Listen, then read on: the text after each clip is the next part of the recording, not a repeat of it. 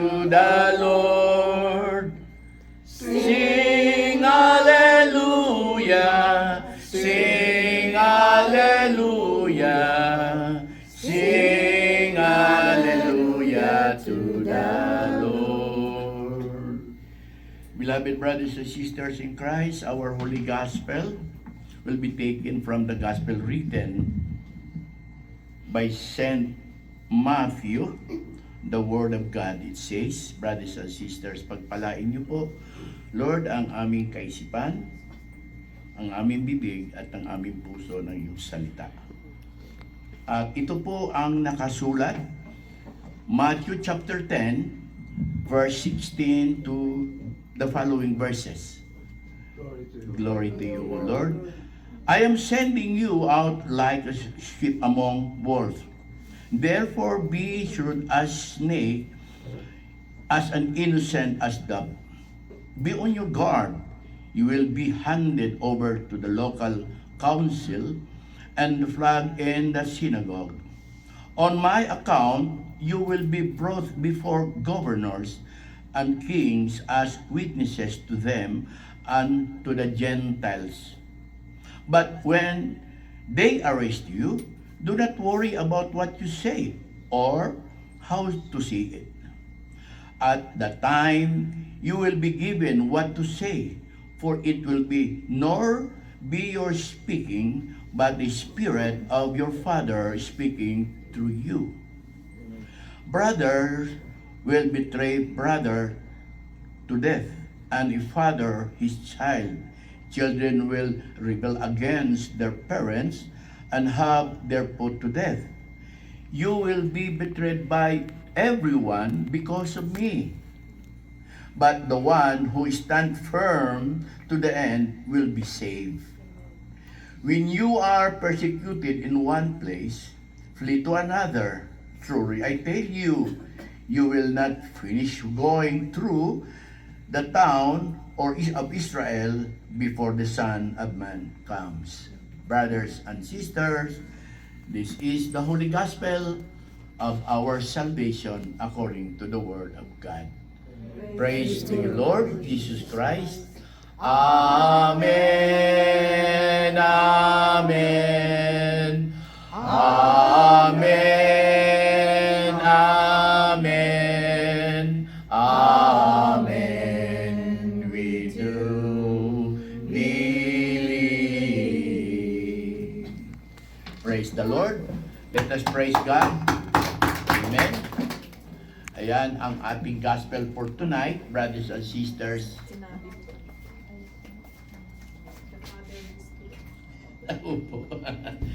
To God be the glory. Amen po. At ngayon po ay pupuntahan naman natin ang wikang Tagalog. Babasahin ang pagbasa sa wikang Tagalog sa ating mabuting balita ayon po sa pagkasulat ni San Mateo dito po sa chapter 10 verse 16 to 23. Ayan po mga kapatid. At dahil nga po mga kapatid, ang ating pong muling pagtitipon ay pagtitipon na kung saan ang banal na layunin po, brothers and sisters, sa pagpapahayag ng mabuting balita ng ating Panginoon, brothers and sisters. It's about the healing, gospel healing message. Amen? Gospel healing message. Yung mabuting balita. Amen? Ayan. Na nagbibigay po ng, sabi po rito, kagalingan. Amen po ba? Na mensahe. Amen po. Okay. So, bakit po? Napakalaga. Salamat po mga kapatid. Pagpalain ka ni Lord ng gusto. Amen. Kasi alam po natin, brothers and sisters, una sa lahat, sinasabi naman po ng Biblia, na hindi lang naman tayo nabubuhay sa physical, kundi nabubuhay tayo saan? Sa physical, soul, and spirit. Amen? Our life is composed by physical, soul, and spirit. Amen po? Amen. So dahil po diyan, mahalaga po sa buhay ng tao. It is true, brothers and sisters in Christ. In our daily life, lagi natin iniisip yung sarili natin, yung buhay natin. Hindi po ba? Gusto natin, siyempre, pagising sa umaga, makakain ka. Because the purpose is to support your physical life. Tama ba yun? Hindi po ba? Minsan nga, iniisip natin, pinakamasarap pang almusal eh. No? Mayroon ng itlog, may ham na, may kung ano pa. Hindi po ba? Talagang hinahanda natin yan kasi binibigyan natin ng support yung physical body na ito. Amen po? At sa bawat sandali po ng ating buhay and every day of our life, lagi natin isip the needs, not only brothers and sisters in Christ for our physical, but siyempre po yung salvation natin in every day of our life. Di po ba yung maligtas tayo, huwag tayo mabugsakan ng aeroplano, for example, yung mga gano'n, di ba? Or maswagasaan ng train, yung parang gano'n. Lagi po iniisip natin yan. Masagasaan ng pison. Ano po, sister? Masagasaan ng pison. Masagasaan ng pison. Ang bagal ng pison, nasagasaan pa. But anyway, binibigyan ko na kayo ng pag-o-open ng inyong kaisipan, brothers and sisters in Christ, para makuha ko yung attention nyo. Amen? Ayan. Kaya po mga kapatid, dito sa gospel natin, kanina nga, hindi ko alam na ako palang gagamitin ni Lord na mag-healing and sabi po gospel healing message. But nagpapasalamat ako ulit sa lahat dahil po isa pong pribilehiyo mga kapatid sa totoo lang.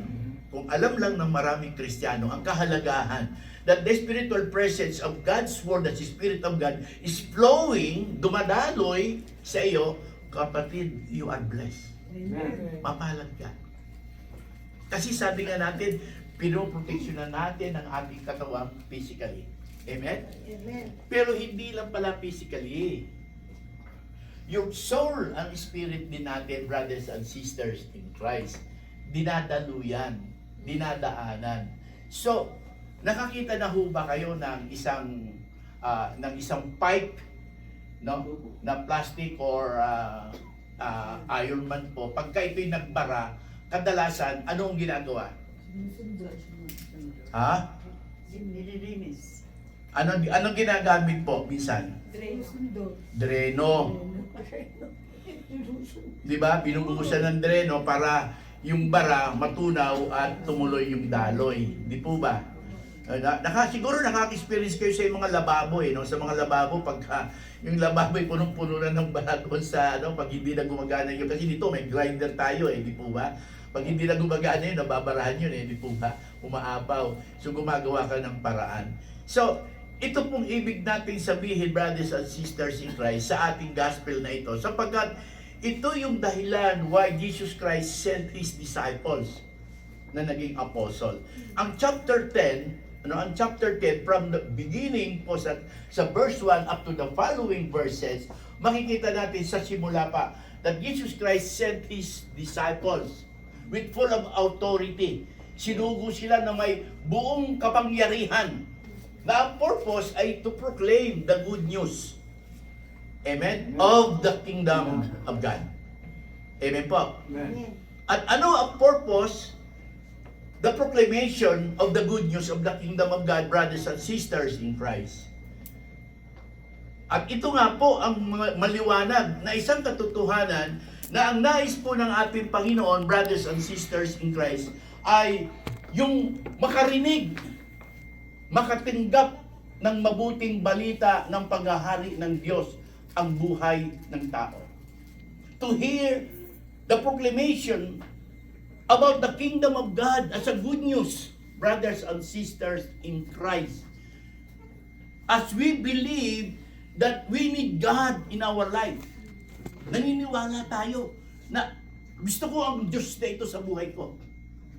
Hello? Amen. Yun ang purpose. Kung bakit sinugo itong mga disipulong ito, brothers and sisters in Christ. Kaya dito po sa verse 16, muling inulit ng Panginoon. Anong sabi po? Sinusugo ko kayo. Grabe po, no? Sinusugo ko kayo. Yun ang sinasabi po dito sa verse 16. Di po ba? I am sending you like a sheep among the wolves. Ibig sabihin, sinusugo sila na para silang mga tupa sa isang mabangis, no? Mabangis na asong gubat. Mahirap po yun, ha? Brothers and sisters in Christ. Yung suguin ka sa isang sabi po, isang lugar na alam mo, brothers and sisters, ay against po sa'yo. Mahirap yun, di ba? Hello? Amen. Mahirap po yun, brothers and sisters in Christ. But what is the purpose of Jesus Christ, brothers and sisters, for sending them? Bakit ito po ang unang ipapahayag natin. Yung spiritual concept po nito, brothers and sisters in Christ. Hello? Amen. Okay? At ano po yon? Yung plano ng Diyos. Ang sabi po diyan, mga kapatid, sa pananampalataya, na saan pupunta sila? Sa lugar na kung saan delikado. Amen po ba? Delikado ang pupuntahan nila. Ang sabi po doon, ang mga governors, ang mga tinatawag dito na mga high priest, yung mga religious leader nung time po na yon, brothers and sisters in Christ, ay ano po sabi po? Sila ay huhulihin at ikukulong, parurusahan. Brothers and sisters in Christ. At mayroon pang sinasabi nga po rito, no, yung ipagkakadulo ka kahit na ang interfamily mo magiging kalaban mo, magiging against po sa'yo. Amen po ba? Yung tatay at nanay, yung tatay at anak, magkakaroon po talaga ng hindi pagkakaroon ng pagkakaunawaan, brothers and sisters. Yun ang purpose kung bakit susuguin. Amen po ba? Amen. Para po sa isang pagpapahayag ng paghahari ng Diyos. Amen po ba? Amen. Kasi po, ang buhay ng tao, ang buhay natin, composed by physical, soul, and spirit. Hindi lahat po ng tao ang tinataglay na espiritu ay espiritu ng Diyos. Amen? Kokonti lang talaga ang tao na may espiritu ng Diyos. We have the spirit because we are composed by body, soul, and spirit. But not spiritual from God. Amen po? Yung spiritual natin is worldly kasi nag-adapt tayo ng worldly spirit habang lumalaki tayo, habang nagkakaisip tayo. Di po ba, maalala nyo po, nung bata pa tayo, no? Nagsisimula tayo mag-aral, nagmagsisimula ang adolescence natin, pag-mature natin, ang dami mo nang iniisip ng mga gandang plano. Amen po ba? Marami ka nang iniisip. Isa tinatanong, isa bata pa lang tinatanong na paglaki mo, anong gusto mo? Gusto ko po maging piloto, maging pilot, di ba? Maging doktor, maging teacher, maging engineer. Marami pong gano'n, di po ba? Ikaw naman, Ining, ano naman gusto mo? Maging dancer. Ibang gano'n, di po ba? Di ba? Kasi nanonood siya lagi po nanonood siya ng TV. Doon sa sa night sa tanghalian, di ba? Yung mga sumasayaw. Ikaw lagi nanonood yung bata kaya tinanong, ikaw Ining, ano gusto mo? Maging dancer. Ganun puro, ano? So may plano, may pinagkano, di po ba? Di po ba? Pagka nagkakaroon na ng mga pataas na po ng 12, 14, 15, ang iniisip na nun, paano siya magkakapera, paano siya magkakatrabaho, marami mga plano, di po ba? Nature natin yan. So, lahat ng plano natin, lahat ng pinaplano natin before, ano po? Plano, brothers and sisters in Christ, na hindi siya guided ng spiritual ng Diyos. Hindi ba? Anong inisip natin? Makalamang? Mauna? Hindi magpatalo? Paakin lahat? Hindi ba? Yun ang iniisip habang nagmamature tayo. Human nature yan. Bakit po? Kasi ang totoo, mas maraming tao na ang dala-dala niyang espiritu ay espiritu ng di ba? Hello?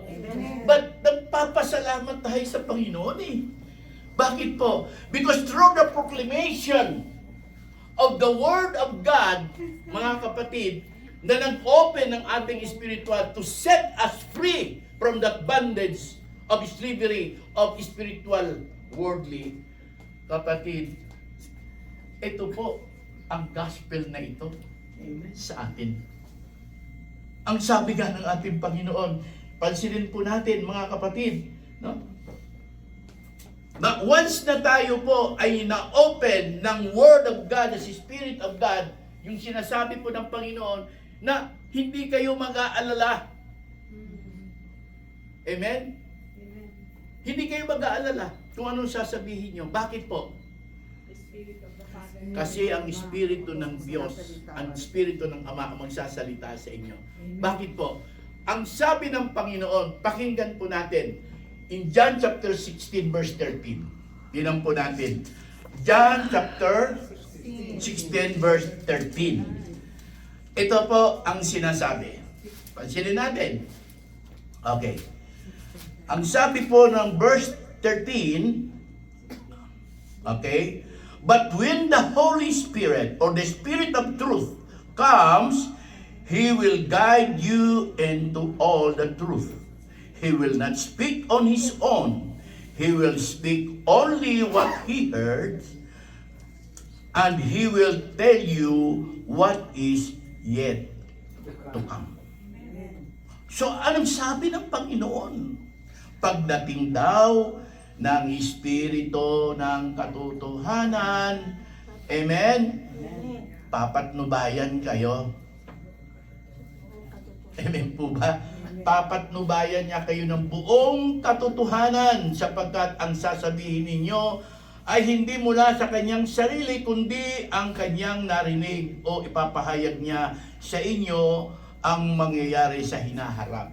So, because we receive the proclamation of the Holy Gospel of our Lord, brothers and sisters in Christ, na siyang nagkaroon tayo ng spiritual understanding, kaya yung spiritong ito na dumarating sa atin in according to the gospel, yung gospel, like the gospel that we have,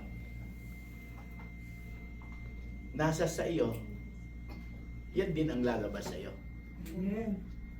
Di ba?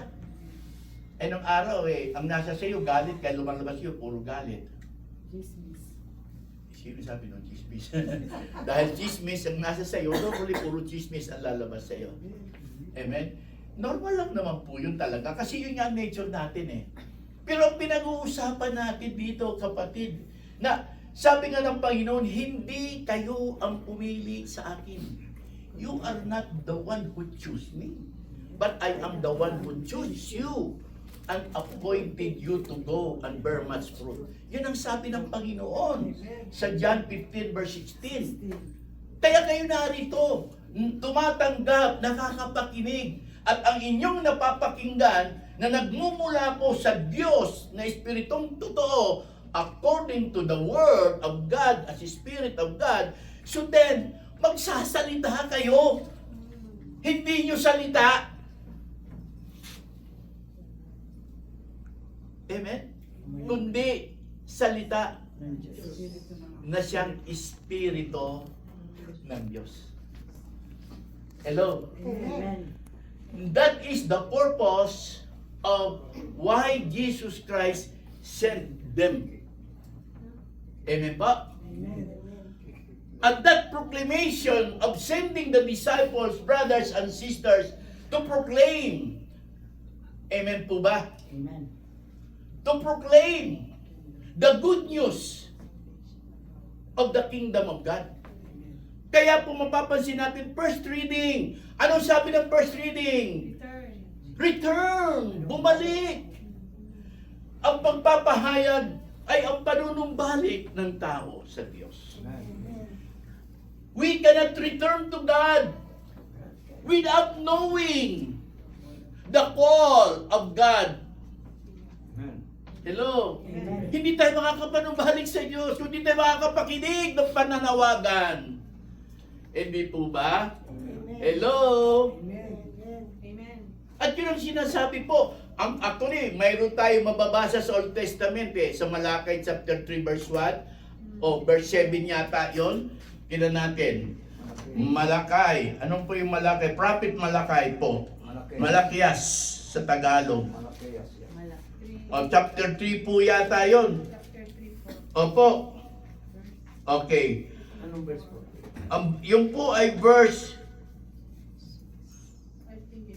7 po. Okay.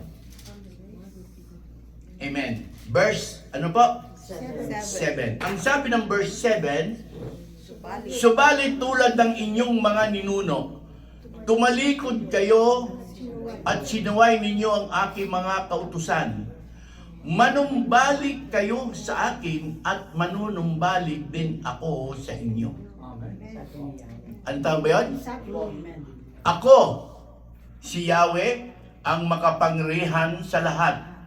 Ano pa sunod? Tinatanong ninyo. Itinatanong ninyo kung paano kami manunumbalik. Eh di po ba? Marami tayong mga kapwa mga believers na may edad na sa atin. Maybe some of our parents also. No? Na hindi naman sila naging active talaga ang relationship sa God. Kasi trabaho ng trabaho eh. Eh mabuti pa nga yung parents, misis ni brother eh, hindi nagtrabaho. Amen? Paano yung mga parents na talagang trabaho ng trabaho para lamang sa mga anak, di po ba? Eh, ang Diyos nasisit aside eh. Nasisit aside. Yung mother nga namin eh, walang ginawa kundi araw-araw, pasok dun sa panahiyan. Nagtatahi kasi manay ko eh. Nananahi eh. Araw-araw yun. Kaya minsan dinadalhan ko na lang yun. Naalala ko, bata pa ako, dinadalhan ko yun. Anak, pag naluto na yung sinain dyan, tsaka yung ulam dyan na sinalang ko, ibalot ko, dahil padala mo sa akin. Dati, ano yan, alam niya, dadaling ko po yun sa kanya bago mananghali. Kasi magmamadali siyang pupunta. Araw-araw po yun. No? Lalo na kung yung father ko nasa probinsya, ang mother ko lang ang tumatay yung lalaki, kumaga tatay at nanay. So, talagang ganun po ang maraming magulang. Hindi naman sila ikangay nakakalimot sa Diyos, pero nasisit aside yung Diyos. Amen po ba? Amen. Because yung nakapokus sila saan? Sa needs ng kanilang pamilya. Amen po ba? Amen. Ganun din po yun. No? Isang bahagi po ng hindi naman kumpletong pagtalikod. Hindi katulad ng mga Israelite na tumalikod sila at pumunta po sila sa ibang Diyos. Amen. They worship sa ibang God. No? Yung Diyos-Diyosan. Amen. Eh marami pong ganyan din. Marami pong ganyan na mga magulang, yung mga ninunok natin. Amen po ba? Mas pinaniniwalaan nila yung mga pamahiin nung araw. Alam ba yung mga pamahiin nung araw? Mas pinaniniwalaan pa. Pero hindi naman nila alam yon na yung paniniwala nila yon, it is against to the will of God. Hindi maniwala ka eh, dahil pinaniniwalaan, di po ba? Amen? Lalo na yung lolo namin. Kaya nga sa pamilya ng nanay ko, maraming anting-anting eh, kasi maraming pinaniniwalaan eh. Opo, eh tanong mo dyan. Nanay namin, ay kapatid ko, daming paniniwala ang lolo ko. Kaya yung mga tsuhing ko, yung may tsuhing nga po sa totoo, daming asawa eh. Bakit po? Aba yung tsuhing kong yun, panyo lang ang ginagamit. Yung panyo, pag binuksan yung panyo niya, pinagpag niya sa harapan mo, pag talikod niya, susunod ka na eh. Ganun katindo yun. Kilala ng mga kapatid ko yun. Stay Badoy. Di ba? Totoo yun. Pag binunot yung panyo at ipinagpag sa harapan mo, sasama ka na. Nakasunod na siya. Ganun katindi po yun. Di ba? Bumubunot ka ng ngipin yun eh. Hinihingahan lang eh. Yung hinihipan lang. Ano nangyari? Wala na, tanggal na. O sige, luwa mo. Bunot agad. Grabe po, totoo yun. Opo! Totoo yun. Kasi mga anak ka namin, experience naman ang dami niya nung araw eh. Ay, mga bata. Sakit ng ipin, tuwagin si Tay Badoy. Ulit Tay Badoy, ano, sakit na, yung bata ko. Sige. Ganun tayo kamay. Bubulungan lang. O, ano? Ang ipin ko, dito, o, sibuga mo. Bunot na. Ganun katindi yun. Walang dentista. Maraming anting-anting, pero hindi nila naintindihan, it is against to God's will. Oh, pagtalikod pa rin yun, pero nagsisimba yun. Pag nagsisimba yun, pagka birthday, kasal, tsaka Christmas lang. Tatlong beses, isang taon lang. Simba yun. Birthday niya, kasal ng anak niya, tsaka pagkapasko. Pero ang pinag-uusapan natin, kapatid, nais ng Panginoon na maintindihan natin the reason, the purpose of proclamation of the Word of God to return to God. Amen. Bumalik sa Diyos. Kasi ang daming Diyos-Diyosan ng tao. Hanggang ngayon maraming ganyan Diyos-Diyosan eh. Sa totoo lang. Hello? Amen. Nakakaiba sabihin, pero bahagi po ng mga patutuo para malaman yung totoo po ang sinasabi natin sa totoong buhay ng tao. May kapatid nga ako, dalawang klase ang altar eh. Bakit di nyo alam? May kapatid ako, dalawang klase ang altar. Buddha, Kristo. Oo! Dapat sinungaling tanong yung mga palit ko. Pagdating dito, lahat ng klase ng Buddha nandyan. Malaki, maliit. Lahat ng klase, nakatayo, nakaupo. Lahat yun, nakahiga. Pag tingin mo dito, makikita mo, may cross, may mga santo. Kaya minsan di mo malaman sa kabaharap dito. Totoo na. Tumira kaya ako doon. Galing akong Saudi, doon ako tumuli kasi hindi ako tumuli doon sa kinakasama ko dahil ko rin siyang balikan. Doon ako tumuli sa bahay ng kapatid ko. O kaya pagpasok ko doon, di na ako tumitingin, dire-diretso na lang kasi hindi ko malaman kung saan ako pupunta eh. hindi pa na ako mature siyempre sa spiritual na bagay. Pero Kristiyano ako, sabi ko nga, kursilista nga ako eh. Yun yung mga bagay na hindi nila naiintindihan. But they are praying. Kaya nga nakakatuwa doon si kapatid ko eh. Yung kapatid ko kukuha ng kandila yun. Yung kapatid ko kukuha ng kandila yun. Kakaksak din sa Buddha. Asarap naman dito. Kandilan. Hindi, sabi ko, dalawang klase ang Diyos eh, no? Ay, di ba nakakatuwa?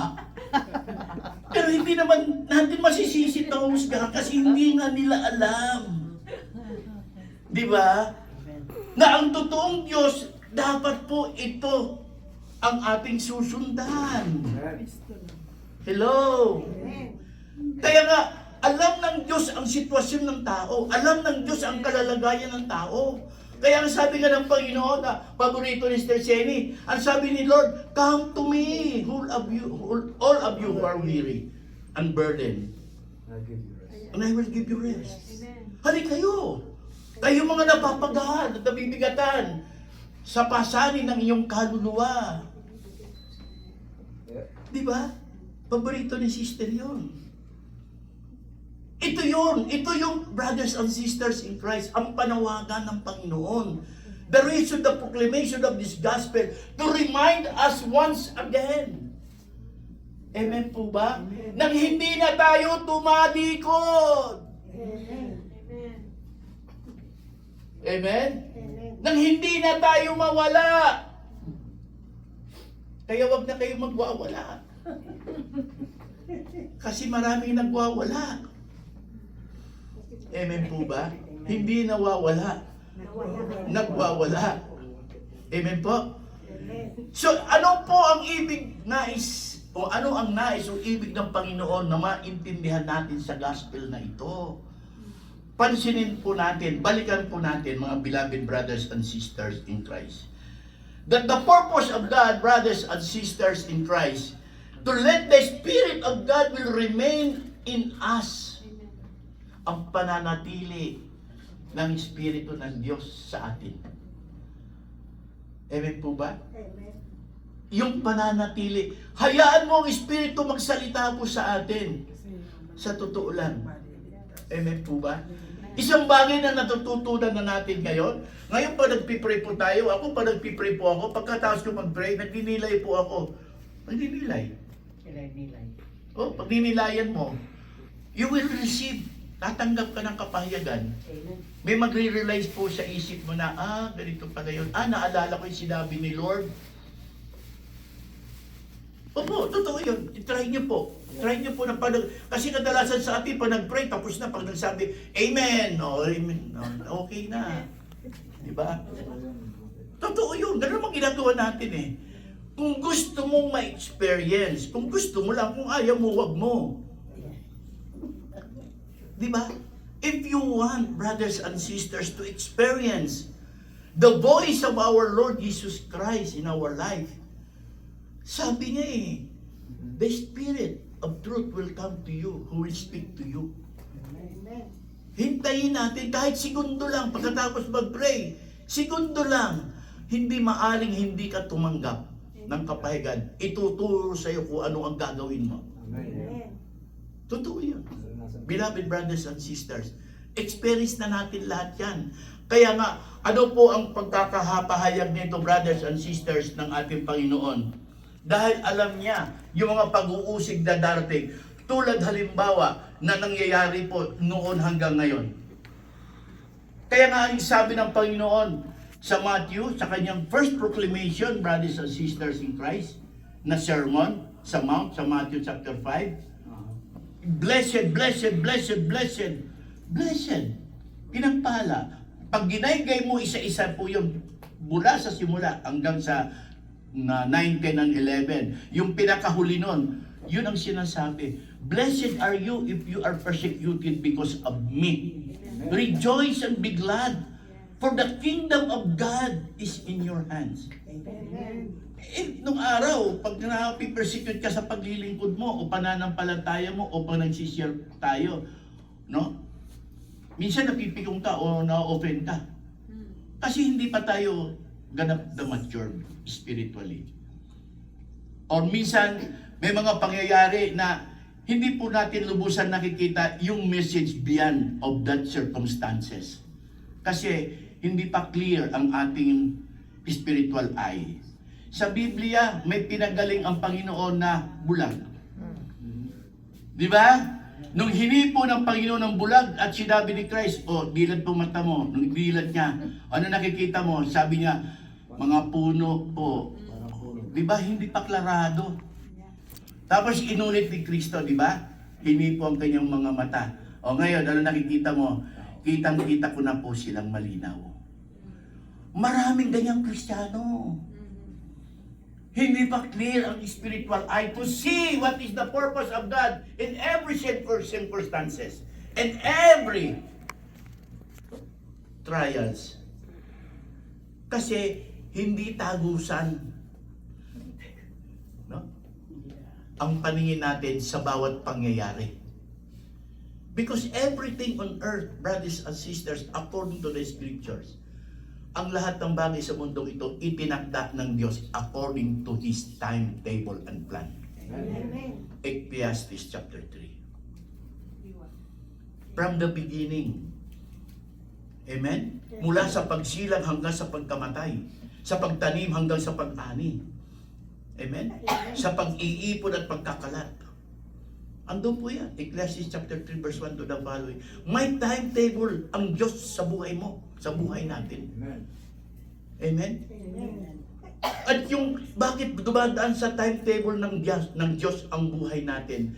Kasi ang purpose ng Diyos, kapatid, like yung clay, inuhubog, minumuld po ang ang spiritual natin.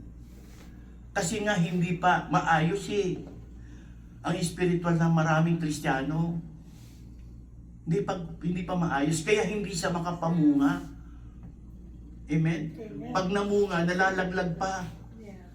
Di po ba? Pag namumunga, hindi pa siya nagmamature, ang bunga, napo-fall down na Pagdating ng malakas na hangin, pagdating ng bagyo, o kaya pag inuga mo yung puno, pag hindi pa masyadong kapit na kapit yung maturity ng bunga, ang tindi sino malaglag. Ganyan din po ang pananampalataya natin. Minsan nalalaglag.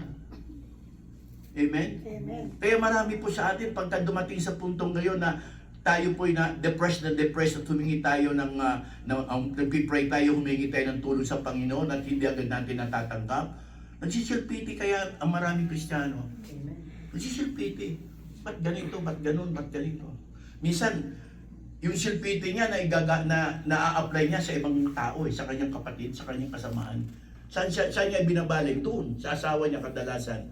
Kaya yung asawa minsan, wala namang kasalanan, sinisigawan niya, ano ba, namimigaw to. Oh, natatawa siya. Totoo kasi yan eh. Kahit na ikaw, karanasan mo yan. Pag nandun ka sa ganun sitwasyon, minsan, no, natutroubled ang isip mo, yung asawa mo magtatanong lang, Dad, Ma, sa yung, hanapin mo dyan, hanapin mo! Baliktad, di ba? Di ba? Totoo po yan. Kasi yung fruit of the Holy Spirit, one of the fruit of the Holy Spirit is self-control. Di po ba? According to Paul, Galatians chapter 5 verse 22 to the following verses. Totoo po yan. Iyan po yung mga nangyayari sa buhay spiritual ng tao. Kaya nga po, ito po'y sinasabi po sa atin lahat ngayon. Bakit po? Ang sabi ng Panginoon sa kanyang prayer, beloved brothers and sisters, puntahan niyo po ang panalangin ng Panginoon sa mga pinili po niya to go and bear much fruit. Tingnan mo po ang prayer ng Panginoon. Babasahin po natin ang panalangin ng ating Panginoong Hesukristo. Saan po natin pupuntahan? Diyan, chapter 17 po yan, kapatid, sa pananampalataya. Okay. Ang sabi po ng 17, no, verse 17 to the following, okay. Ang sabi po ay ganito. Pansinin po natin ang panalangin ng ating Panginoon. Okay? Ang sabi po, sanctify them by the truth. Your word is truth. As you sent me into the world, I have sent them also into the world. For them I sanctify myself, that they may be truly sanctified. Wow! Panalangin ng Panginoon yan sa inyong lahat, sa ating lahat. Yun ang sinasabi ng Panginoon. Sa Tagalog, napakaganda eh. Ibukod mo sila para sa iyo sa pamamagitan ng katotohanan. Panalangin ng Panginoon Jesus sa Ama, ibukod. Ibig sabihin nun, hindi ka na worldly, bagamat ikaw nasa mundo, because ang espiritu mo hindi na katulad ng espiritu ng mundo. Dahil po sa espiritu ng salita ng Diyos na siyang totoo. Di ba? Ang salita mo ay katotohanan. Kung paano isinusugo mo ako sa sanlibutan, gayon din naman, isinusugo ko sila sa sanlibutan. At alang-alang sa kanila, itinalaga ko ang aking sarili para sa iyo upang maitalaga rin sila sa katotohanan. Amen. We are sanctified by the truth, which is the Word of God, the Spirit of God. Amen? Amen. At yung po sinasabi ng Panginoon, I sanctify myself because the presence, the spiritual presence of Christ, according to His Word, is in us. Nasa sa atin. Amen? Amen. Hello? Amen. Kaya po, hindi po tayo dapat patutulog-tulog lang. If we want to experience the work of Christ in us, kapatid, kailangan mo talaga. Kung gusto mo ito mag-fruitful, kung gusto mo ito maging ganap ang pagpapala, ang spiritual blessing nito, kapatid, release, share. Amen? Amen. Pahayag mo. The more you give, the more you receive. Sinasabi ng Biblia. Amen? Amen. Kung ano daw tananim mo, Siya siya mo rin aanihin. The measurement of God is what the measurement that you are using. If you want to, excuse me po, if you want to experience the works of God in our life, share the Word of God. It will come to you. Amen? Na mayroong kalakasang physical, may kalakasang spiritual. Amen. Diba? Hello. The more you share the Word of God, the Spirit of God, the more God's Spirit will anoint our spirit. Amen. Totoo po yun. Di po ba? Yun ang ibig sabihin noon, mga kapatid, sa pananampalataya. Yun ang sinasabi ng gospel natin. Mga kapatid ko sa Panginoon, di po ba? Naniniwala ba kayo na may himala ang Diyos sa buhay nyo? Amen. Amen. To God be the glory. Amen. Kaya dapat tayong manatili po sa katapatan. Sabi ng Panginoon, manatili tayong tapat. Para manatili tayong tapat sa Diyos na ito, ano sabi ng Panginoon? Remain in me, and I will remain in you. John chapter 15. Amen? Verse 7 to the following verses. Amen po? Amen. Kung gusto natin ma-improve ang katapatan natin, yung faithfulness natin sa Diyos na ito, through our faith, that our God is faithful God in His righteousness. Manatili lang. Amen? Manatili lang po tayo sa proclamation. Sa panahon natin no?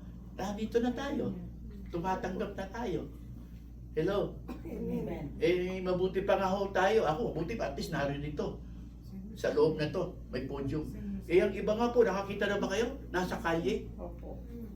May placards pa malagay dito. Nakalagay dito. Repent! For Jesus Christ is coming. Nabawasan niyo ba yun? Lalaki ng mga plaka. Hindi po ba? Minsan, sa strip, opo. Ang lalaki po nun. Iba po sila.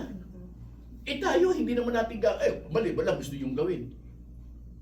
Sabihin nyo lang po, ako susulat doon sa sa plaka ng gano'ng kalaki. Hindi po ba? Simple lang. Mayroon ba kayong neighbor? Mayroon ba kayong kapatid? Mayroon ba kayong kasama sa trabaho? Just only word. One word. Ganun lang kasimple yun.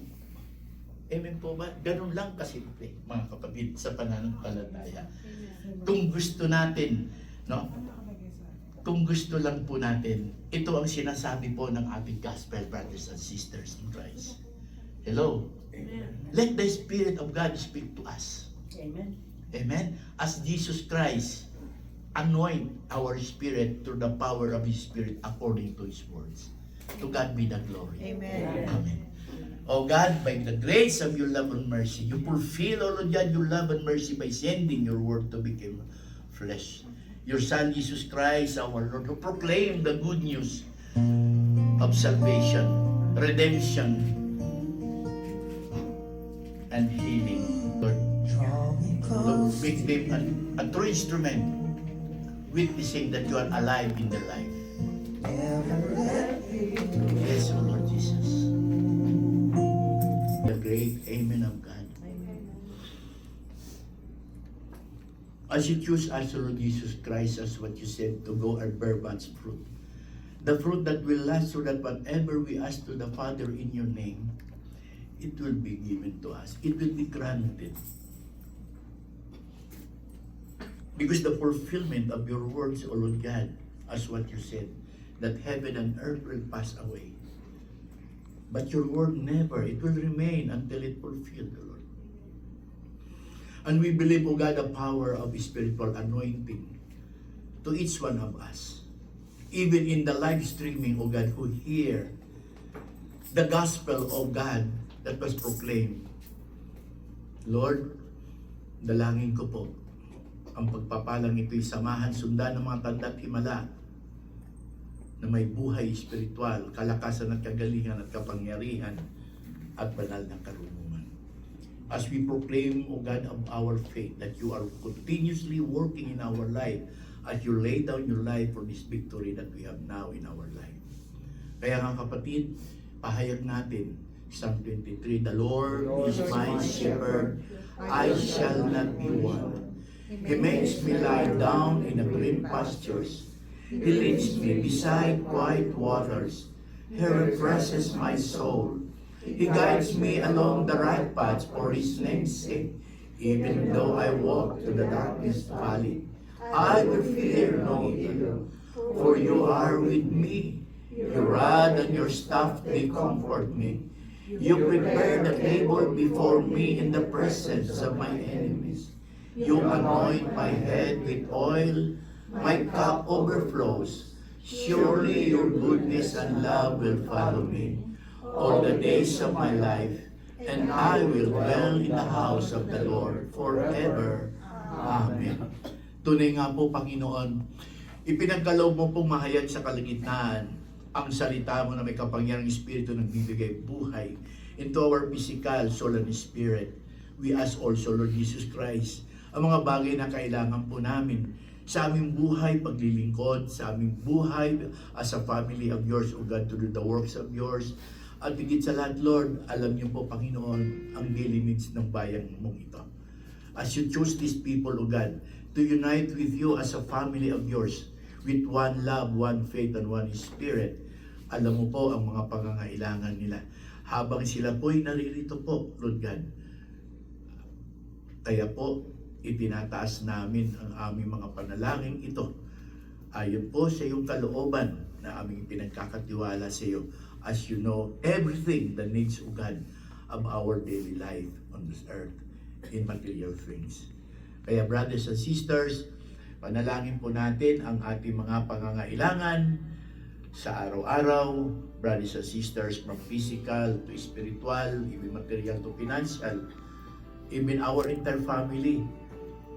No? Panalangin natin na makaisa natin sila sa buhay spiritual na pananampalataya sa Panginoon, ang mga ipinagdadaanan ng problema. Panalangin din natin, brothers and sisters in Christ, at yung may mga karamdaman, panalangin po natin. Maging ang mga kaibigan natin, brothers and sisters in Christ, na nangangailangan ng panalangin. Yes, O Lord Jesus Christ, narito po ang bawat prayer request na itinataas po sa iyo, Panginoon. Naway luubin mo po, abutin ng mapagpala mong kamay ang lahat ng kahilingan ito. Pagkat alam mo po, Panginoon, na may pangangailangan din po ang bawat buhay na narito ngayon sa pang-araw-araw. Especially, Lord God, ang spiritual relationship, O God, to their family, to in this ministry and every churches, every believers, that you could use them, O Lord Jesus Christ, as a true living witness, as you empower your spirit, as what you said, Lord Jesus Christ, that you will receive power when the Holy Spirit comes upon you, and you will be my witnesses. Kaya Lord, kalakasan physical, kalakasan spiritual, material, financial ang pangangailangan, relasyon sa bawat sa pamilya, sa bawat mananampalataya sa gawain mo po ito, Lord. Ang mga panalangin ito, Lord God, na aming ipinagkakatiwala sa iyo, na may pananampalataya at paniniwala sa iyong kalooban at kapangyarihan na sa iyo po, Panginoon Jesucristo, the Amen of God, wala pong imposible sa iyo. Kaya mga kapatid, sa pananampalataya sa mga oras na ito, ay muli po natin pagkakaisahing panalangin, Lord God, the physical and spiritual healing for Ana Jacob and Mimi Ambigua, Luisa Ken, and also, Lord God, healing of husband of Sister Lisel. Tama to?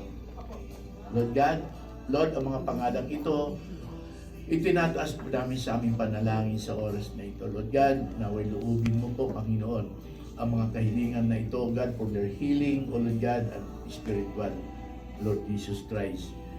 At ngayon po, Panginoon, amin pong dinideklara, Panginoon, ang aming pananampalataya.